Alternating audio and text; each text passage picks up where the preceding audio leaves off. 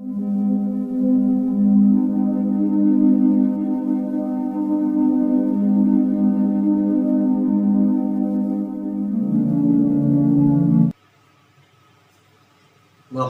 ونصلي ونسلم على رسوله الكريم اما بعد فاعوذ بالله من الشيطان الرجيم بسم الله الرحمن الرحيم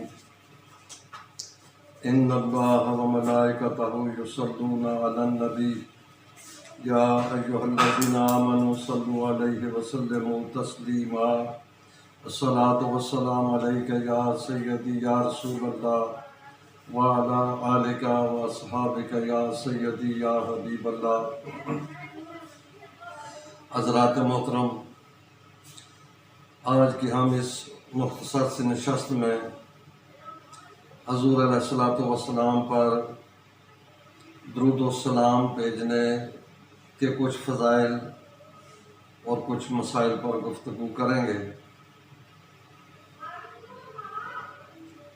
حضور علیہ السلام پر درود و سلام بھیجنا یہ مرد مومن کے لیے بہت بڑی ایک سعادت کی چیز ہے۔ حضور علیہ السلام کا ارشاد ہے جس کے راوی حضرت ابو ہریرہ رضی اللہ تعالیٰ عنہ ہیں، مسلم شریف کی حدیث ہے کہ حضور علیہ السلام نے فرمایا کہ جو کوئی شخص مجھ پر ایک مرتبہ درود بھیجتا ہے رب تعالیٰ اس پر 10 رحمتیں نازل فرماتا ہے۔ سبحان اللہ! اندازہ لگائیں کہ ہمارا عمل اس کی کیا حقیقت ہے، لیکن رب تعالیٰ کی طرف سے بندے پر رحمتوں کا نزول ہونا، رب تعالیٰ کی طرف سے رحمت کا ایک قطرہ ہی نصیب ہو جائے تو اس کی بھی بہت بڑی اہمیت ہے، لیکن 10 رحمتیں نازل ہو جانا ایک مرتبہ درود شریف بھیجنے سے، یہ کتنی بڑی سعادت کی بات ہے۔ اسی طریقے سے اور احادیث شریف کی روشنی میں کہ حضور علیہ السلام نے فرمایا اس کے 10 درجے بلند ہوتے ہیں، اس کو 10 نیکیاں ملتی ہیں، اس کے 10 گناہ معاف ہوتے ہیں، دیگر بھی بے شمار فوائد ہیں جو حدیث شریف میں حضور علیہ السلام پر درود و سلام بھیجنے میں وارد ہیں۔ درود شریف کے سلسلے میں پہلی بات تو یہ ہے کہ جس طرح بخاری شریف میں یہی آیت کریمہ جو میں نے تلاوت کی، اس کی تفسیر میں امام بخاری رحمۃ اللہ علیہ نے حضرت ابو عالیہ رضی اللہ تعالیٰ عنہ ان کا فرمان لکھا کہ اللہ تعالیٰ کا جو درود بھیجنا ہے، صلاۃ اللہ ہے، یہ کیا چیز ہے؟ تو آپ نے فرمایا ثناؤہ عند الملائکہ، کہ اللہ تبارک و تعالیٰ کا درود بھیجنا یہ ملائکہ کے درمیان حضور علیہ السلام کی تعریف اور توصیف کرنا ہے، حضور علیہ السلام کی مدح سرائی کرنا ہے، اور یہی کام اللہ تبارک و تعالیٰ کے پاک فرشتے بھی کرتے ہیں، اور اسی کام کا حکم اللہ تعالیٰ نے مومنوں کو بھی دیا ہے۔ تو گویا کہ یہ آیت کریمہ حضور علیہ السلام کی سب سے بڑی نعت شریف ہے، سب سے اعلیٰ نعت ہے درود بھیجنا، وہ اللہ تبارک و تعالیٰ جس کی تعریف فرما رہا ہو، اس کے فرشتے ہر وقت تعریف میں رطب اللسان ہوں، مومنوں کو بھی جس کی تعریف اور توصیف کرنے کا حکم دیا ہو، اس آقا کی کیا شان ہوگی، سبحان اللہ۔ تو اسی طریقے سے اس آیت کریمہ کی روشنی میں یہ پتہ چلتا ہے، فقہاء کرام نے لکھا ہے کہ یہ حضور علیہ السلام پر درود و سلام بھیجنا یہ فرض کے زمرے میں آتا ہے۔ رب تعالیٰ نے فرمایا صلو علیہ، کہ آپ پر درود بھیجو، وسلموا تسلیما، اور خاص کر سلام بھیجو، درود و سلام، سلام پر زیادہ زور ہے۔ تو فقہاء کرام نے فرمایا کہ زندگی میں ایک مرتبہ جو ہے نا درود شریف بھیجنا، یہ فرض واجب کے زمرے میں آتا ہے۔ اس کے علاوہ بھی کسی مجلس میں جب حضور علیہ الصلوۃ والسلام کا ذکر مبارک آئے تو ایک مرتبہ آپ پر درود و سلام بھیجنا یہ واجب ہے۔ اس کے علاوہ جب بھی ذکر آئے، آپ کا نام مبارک لیا جائے تو مستحب ہے۔ لیکن جو عشاق ہیں، جو آپ کے غلام ہیں، ان کے لیے تو یہی ضروری ہے کہ جب بھی حضور علیہ الصلوۃ والسلام کا نام نامی اس میں گرامی سنیں یا لیں تو اس وقت آپ پر درود و سلام کے نذرانے ضرور نچھاور کریں، اور جب لکھائی میں بھی حضور علیہ الصلوۃ والسلام کا نام شریف آئے، آپ کا اسم شریف آئے، تو درود شریف مکمل لکھیں، صلی اللہ تعالی علیہ وآلہ وسلم، پورا درود شریف لکھیں۔ یہ جو رواج بن گیا ہے نا صرف سواد کا ایک ٹنڈ لکھ لینا یا سلم، کہتے ہیں کہ جس شخص نے سب سے پہلے یہ بدعت ایجاد کی اس کا ہاتھ کاٹا گیا۔ یہ صرف سواد لکھنے کا کہ جو بدعت اس نے جاری کی، اس کا ہاتھ کٹ گیا کہ حضور علیہ الصلوۃ والسلام کی اتنی مدح سرائی، اس کے لیے وقت کی یا کوئی جگہ سپیس کی تنگی کا خیال کرنا، تو یہ تو ایک عبث سی بات ہے۔ تو لہذا اتنی بڑی سعادت سے محروم ہونا یہ بدنصیبی ہے۔ تو جب بھی آپ حضور علیہ الصلوۃ والسلام کا نام مبارک لکھیں تو پورا ساتھ درود شریف لکھیں، اور حدیث شریف کی روشنی میں کہ وہ لکھائی جب تک باقی رہتی ہے، فرشتے اس لکھنے والے شخص پر اس کے لیے، اس کے درجات کے لیے دعا کرتے رہتے ہیں۔ تو یہ کتنی بڑی سعادت کی بات ہے میرے دوستوں بزرگوں۔ اب ایک چیز یہ سوال پیدا ہوتا ہے کہ سب سے افضل درود کون سا ہے؟ بعض لوگ یہ دعویٰ کرتے ہیں کہ درود ابراہیمی جو ہے وہ سب سے افضل ہے۔ کیوں؟ کہ نماز میں وہی درود شریف پڑھا جاتا ہے، اس لیے وہ افضل ہے۔ اگر کوئی اور درود شریف افضل ہوتا تو وہ نماز میں پڑھا جاتا۔ اس کے علاوہ کہ جس وقت صحابہ کرام رضوان اللہ علیہم اجمعین کہ جس وقت یہ آیت کریمہ نازل ہوئی تو صحابہ کرام نے عرض کی کہ یا رسول اللہ صلی اللہ علیہ وسلم، ہم آپ پر کس طرح درود بھیجیں، کس طرح درود پڑھیں؟ تو حضور علیہ الصلوۃ والسلام نے درود ابراہیمی کی تاکید فرمائی، درود ابراہیمی بتایا۔ تو اس سے پتہ چلتا ہے ان لوگوں کے ذہن کے مطابق کہ درود ابراہیمی ہی سب سے افضل ہے۔ لیکن اس میں دو باتیں جو ہیں نا اس ضمن میں عرض کروں گا کہ رب تعالیٰ نے جو حکم دیا وہ دو چیزوں کا دیا ہے، ایک درود، دوسرا سلام۔ دو چیزیں بھیجنا، دو چیزیں پڑھنا، صلو علیہ، آپ پر درود بھیجو، وسلموا تسلیما، اور آپ پر خاص کر سلام بھیجو۔ درود اور سلام دو چیزیں بھیجنے کا حکم دیا، لیکن آپ درود ابراہیمی پورا پڑھ جائیں۔ اس میں درود تو ہے لیکن سلام نہیں ہے۔ اس کے علاوہ کہتے ہیں جی کہ نماز میں یہ افضل ہے، اور حضور علیہ الصلوۃ والسلام سے مروی ہے اس لیے یہ افضل ہے، لیکن درود ابراہیمی بھی کوئی ایک نہیں ہے۔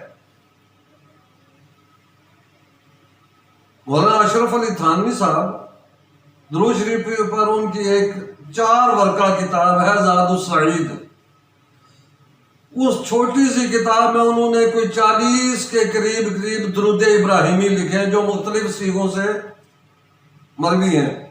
تو آپ کون سے درود ابراہیمی کی بات کر رہے ہیں؟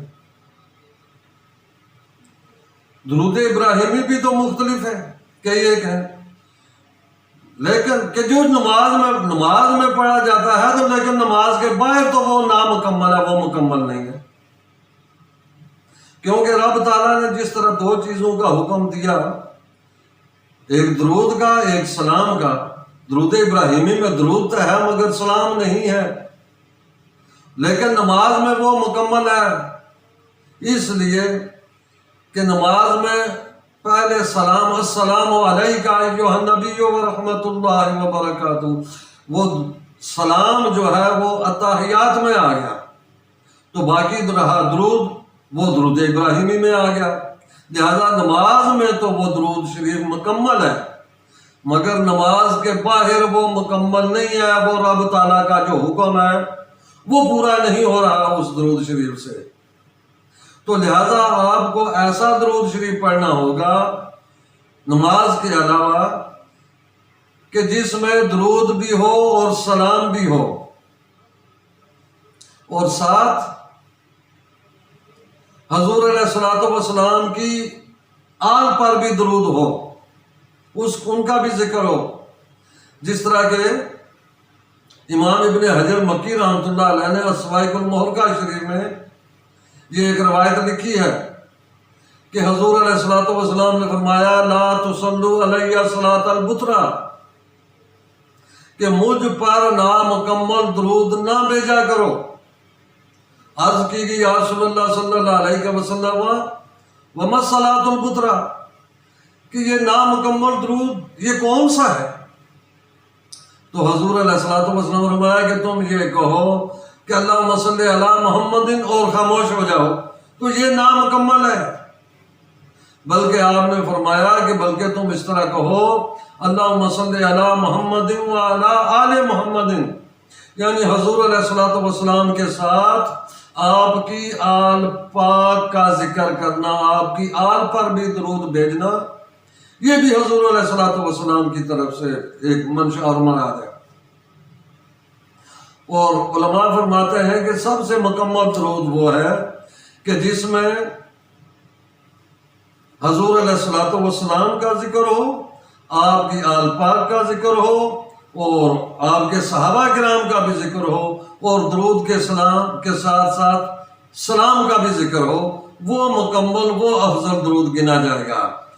تو گویا کہ الصلاۃ والسلام علیک یا سیدی یا رسول اللہ وعلی آلک واصحابک یا سیدی یا حبیب اللہ، یہ مکمل درود ہے۔ تو میرے دوستوں بزرگوں، اللہ تبارک و تعالیٰ نے ہمیں یہ جو سعادت نصیب فرمائی، ہمیں تو چاہیے کہ ہم اکثر اوقات اٹھتے بیٹھتے چلتے پھرتے اپنی زبان سے سرکار علیہ الصلوۃ والسلام پر درود و سلام کے نذرانے بھیجتے رہیں۔ وہ جس طرح حضرت ابی بن کعب رضی اللہ تعالیٰ عنہ وہ اپنی دعا کے لیے انہوں نے ایک ٹائم مقرر کیا، اور حضور علیہ الصلوۃ والسلام سے عرض کی کہ یا رسول اللہ صلی اللہ علیہ وسلم، میں اپنی دعا میں آپ پر درود شریف کا کتنا حصہ رکھوں، کتنا وقت رکھوں؟ حضور علیہ الصلوۃ والسلام نے فرمایا تو جو چاہتا ہے اتنا رکھ لے۔ انہوں نے عرض کی یا رسول اللہ صلی اللہ علیہ وسلم، اگر 1/4 1/4 حصہ درود شریف کا ہو، باقی 3/4 دعا میں، تو آپ نے فرمایا ٹھیک ہے یہ تمہاری مرضی، لیکن اگر تھوڑا درود شریف کا وقت زیادہ کر لو تو یہ تمہارے لیے زیادہ بہتر ہے۔ تو انہوں نے عرض کی یا رسول اللہ، پھر نصف کر لیتے ہیں، آدھا درود شریف کے لیے آدھا اپنی دعا کے لیے وقت رکھ لیتے ہیں۔